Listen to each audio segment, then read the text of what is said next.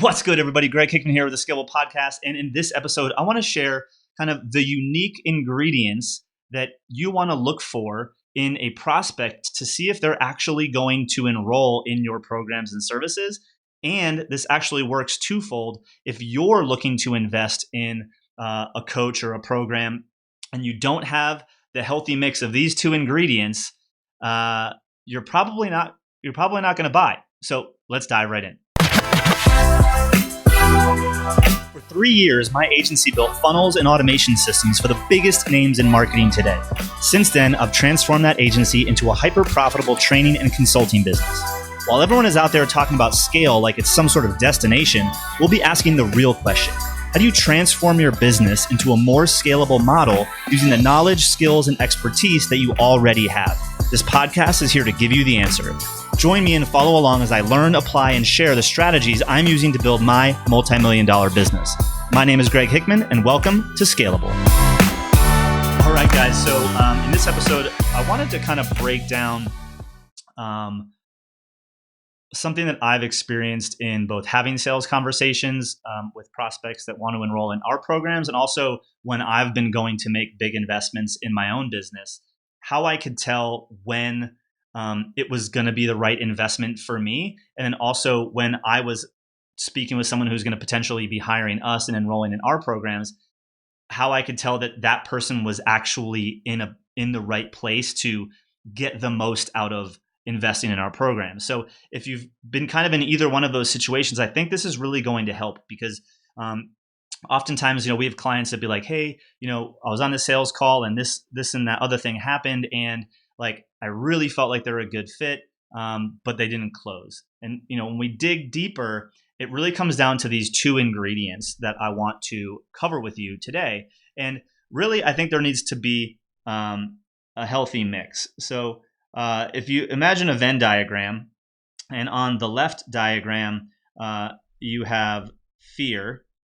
On the left circle, you have fear, and on the right side, you have excited. Those are two feelings and emotions that your prospects and or you might have when you're going to make a big investment, right? And here's the thing. You kind of there's this real sweet spot here in the middle where fear and excitement overlap, that I think there needs to be a good mix of this, both in the prospects that you're speaking with, that to make sure that you have the confidence in selling them and closing them and rolling them into your programs. And also when you're going to buy, if you're feeling some of these things, is probably a good sign that you're making the right decision, right? So if you have a little bit of fear and a little bit of excitement, it's a good sweet spot. Because here's the thing. If you're talking to someone, or if you get on the phone and you're looking to invest in something and all you are is excited, right? There's not a single fear at all in making that investment. The reality is that you're not taking it seriously enough, right? Not taking it serious enough. So here's the reality. All things that are really worth it are usually hard, right?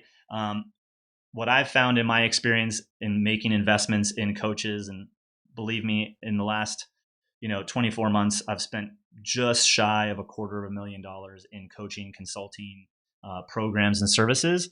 I've learned a lot, right? If you're looking at it from the perspective of you're just super excited, but there's no fear or worry about what's about to happen by making this investment, and or your clients or your prospects are not at all kind of a little nervous and afraid. So let me actually add nervous.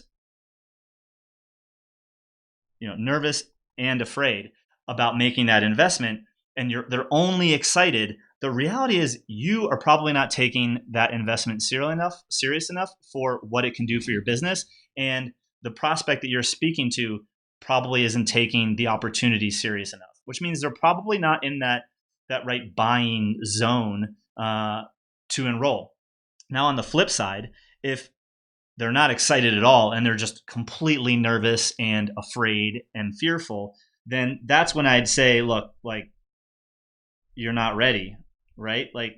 If if all you are is afraid and nervous about going to do this thing, or if the prospect you're speaking to is only nervous and afraid about making the investment with you, the reality of them like taking it obviously seriously and implementing and doing the work is not really going to be there, right? But if they're like at least excited about the possibility of what could happen when they do what you're going to teach them, but still a little nervous and afraid, that's where you start to have that perfect buying zone, if you will, right? Both for yourself and for the prospects that you're speaking with. Because again, like most people will tell you that fear is a beacon. Like if something makes you uncomfortable and a little bit nervous, like I usually go towards those things because it's going to make me uncomfortable. I heard a great quote once. I don't know actually who I heard it from, but the quote is, "Great leaders find comfort in uncomfortable situations." So we always want to be getting outside of our comfort zone, right? And so when you have this mix, typically you're finding yourself outside of your comfort zone because you're stoked for the possibility, but you're a little bit nervous and afraid of what happens. So if you're only afraid and nervous, you're not ready. And if you're only excited, you're probably not taking it seriously enough.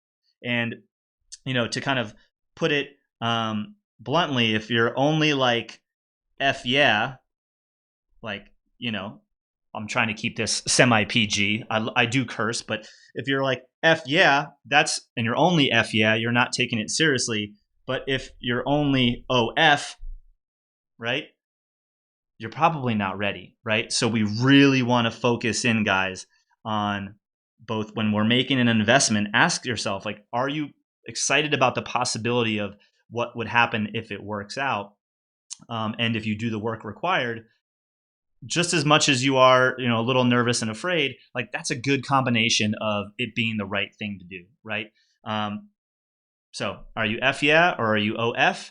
And I'd be looking for that in your potential sales conversations with your prospects, because that's going to be a good sign of, are these people going to be a good fit? Are they going to buy right now? Are they going to excel in your program and service and actually get the results that you're helping them achieve? So that's all I got for you today. This is a good way, again, for you to know, are they going to buy? Should I buy? Etc. I hope you found this helpful. Look, guys, we're at episode 10. I'd love your feedback. I'd love for you to leave a comment below this episode if you're on YouTube, and if you haven't left us a rating and review on iTunes, we would greatly appreciate that. The first handful of weeks of rolling out episodes on these platforms is really critical for us to get in front of more people.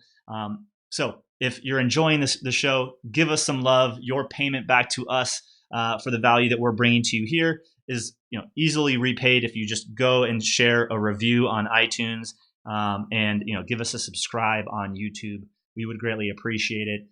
We'll catch you next time on the Scalable Podcast. Until then, take care. If you're an agency owner or a service provider and you want to transition out of doing done-for-you services and finally launch your own high-ticket coaching or consulting programs, then we'd love to help.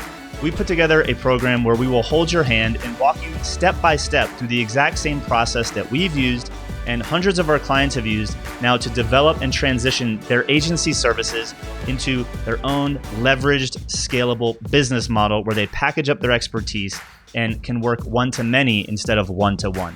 If you want to learn how we can help you, visit myscalablebusiness.com for more.